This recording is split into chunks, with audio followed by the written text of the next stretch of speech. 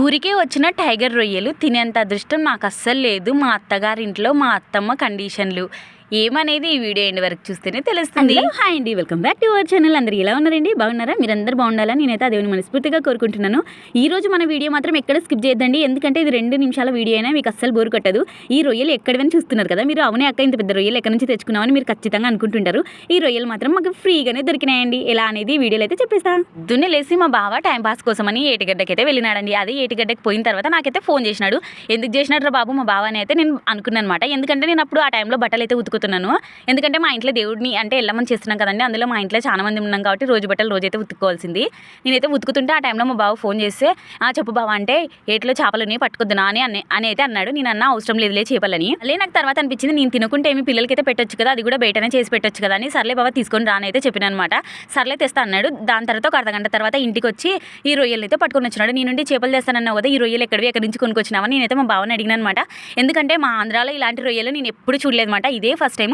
ఇవి కూడా మాకు మా ఏట్లోనే దొరికినాయండి. చూసినారా ఎంత బాగున్నాయో టైగర్ రొయ్యలు. అవును, వీటి రేట్ ఎంత ఉంటుందనేది మీకు తెలిస్తే నాకు కామెంట్ చేసి చెప్పండి. ఈ టైగర్ రొయ్యల్ని నేను చూడడం ఇదే ఫస్ట్ టైం అండి. నిజంగా ఇవి బాగా బతికి ఉన్నాయి, అలాగే ఫ్రెష్ కూడా ఉన్నాయి. కాకుంటే ఏం చేస్తాం, మన దరిద్రం మాట, వీటిని అయితే మేము తినలేకపోయినాం. దీనిని ఎలా వండాలా అనేది కూడా నాకు తెలీదు.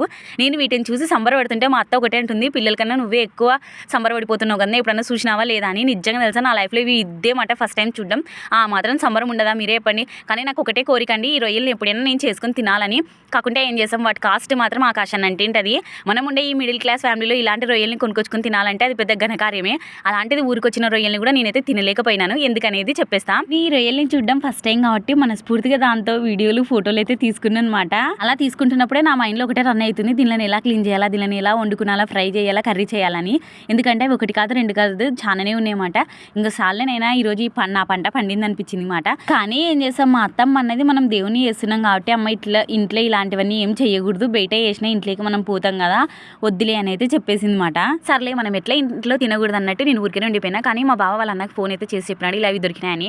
మా బావకి అయితే కస్టమర్లు ఉన్నారన్నమాట. అంటే మార్కెట్లో మా బావ కూరగాయలు అమ్ముతారు కాబట్టి మా బావ వాళ్ళ కస్టమర్లకి అయితే చెప్పినాడు. ఇవైతే జస్ట్ ఒక 500 రూపీస్కి అయితే మా ఊళ్ళో అయితే అమ్మేసినారన్నమాట. నాకైతే ఈ రేట్ తక్కువ అనిపించింది. అవును, మీ సైడ్ ఈ రొయ్యలు మినిమం ఎంత కాస్ట్ ఉండొచ్చు అనేది మీకు కానీ తెలిస్తే నాకు కామెంట్ చేయండి అబ్బా. నాకు నిజంగా తెలియదు దీనికి ఏ ప్రైస్ ఇస్తారనేది. వీడియో నచ్చితే లైక్ చేయండి.